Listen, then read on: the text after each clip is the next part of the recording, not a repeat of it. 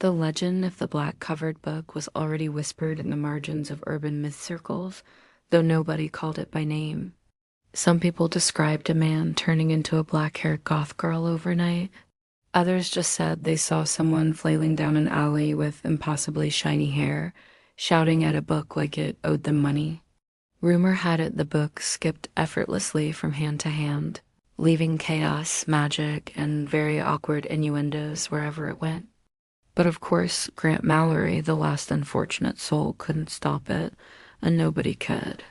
The cursed grimoire thrived on the unsuspecting, and it had a fresh target this week.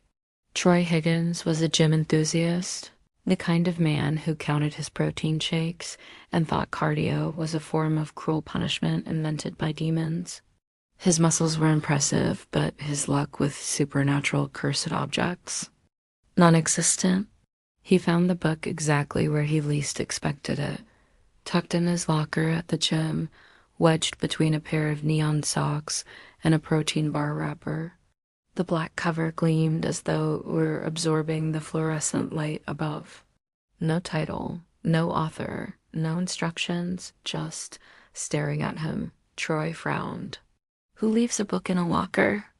The second he touched it, a tiny pulse surged through his fingers, then his wrist, then his entire body, like electricity with a sense of humor. He yelped as the whisper of a voice slithered around him. "You'll be fabulous, fabulous?" He repeated, flexing nervously. I'm already pretty fabulous." The whisper giggled.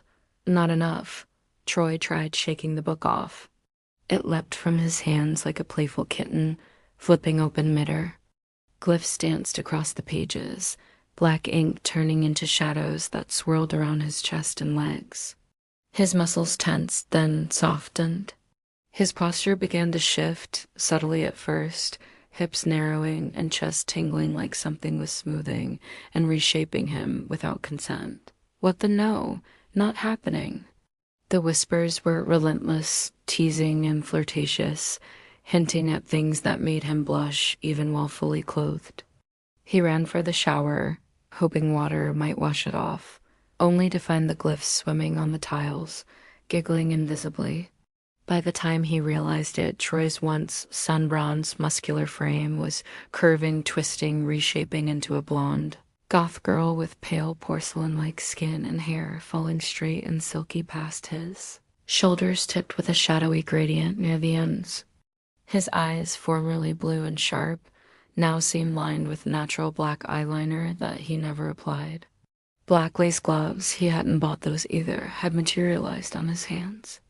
Oh no, oh, hell no," he muttered, gripping his long, silky hair. "This is ridiculous." The gym mirror reflected a new reality.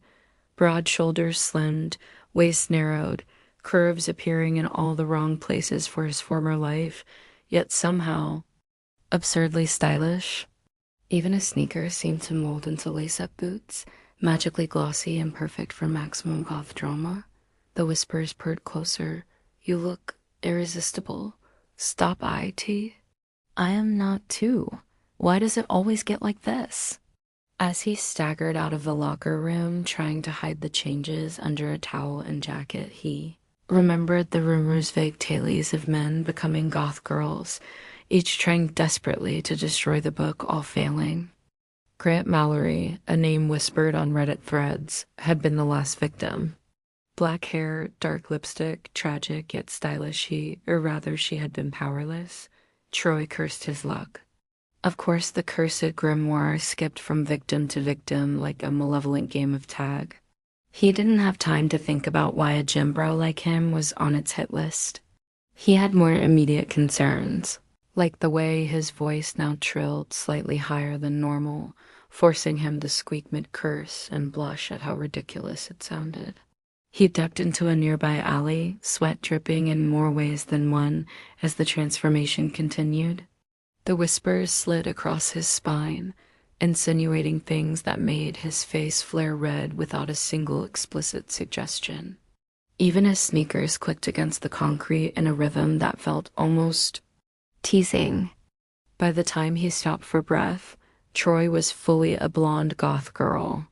His hair gleamed in the dim alley light, falling around sharp cheekbones and pale skin like a golden curtain, hiding chaos behind it.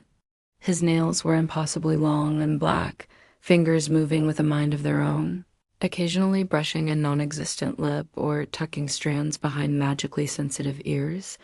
Troy groaned.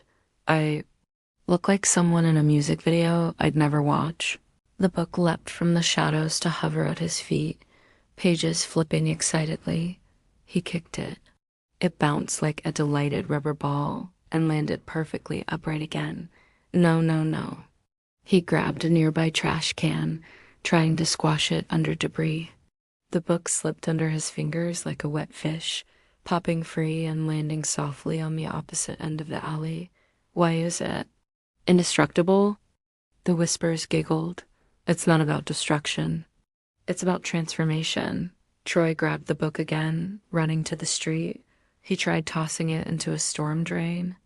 The book paused mid-air, hovered, then landed neatly on the curb beside him. This is insane. He remembered the urban legends. Grant Mallory, black-haired goth girl, gone, but still a warning. He didn't even want to know if she or the next victim was screaming somewhere under the same curse. He tried the ultimate, setting the book on fire. Lighter in hand, flames licking the cover, he prepared to burn it utterly.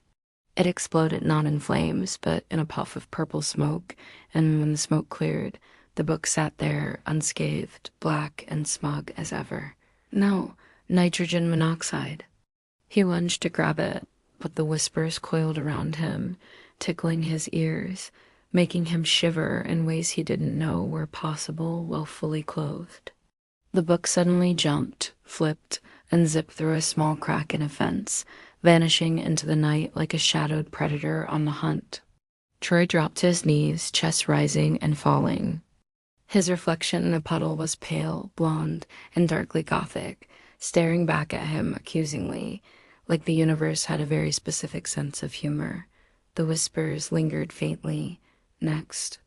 Soon, he collapsed onto the wet pavement, hugging his knees, muttering, "Why me? Why always me?" Somewhere in the city, the book prepared to strike again. Its next target would find it conveniently left in a place that begged to be noticed, a locker, a forgotten subway bench, maybe even a library cart, and the cycle of absurdity, innuendo, and unwanted transformation would begin anew.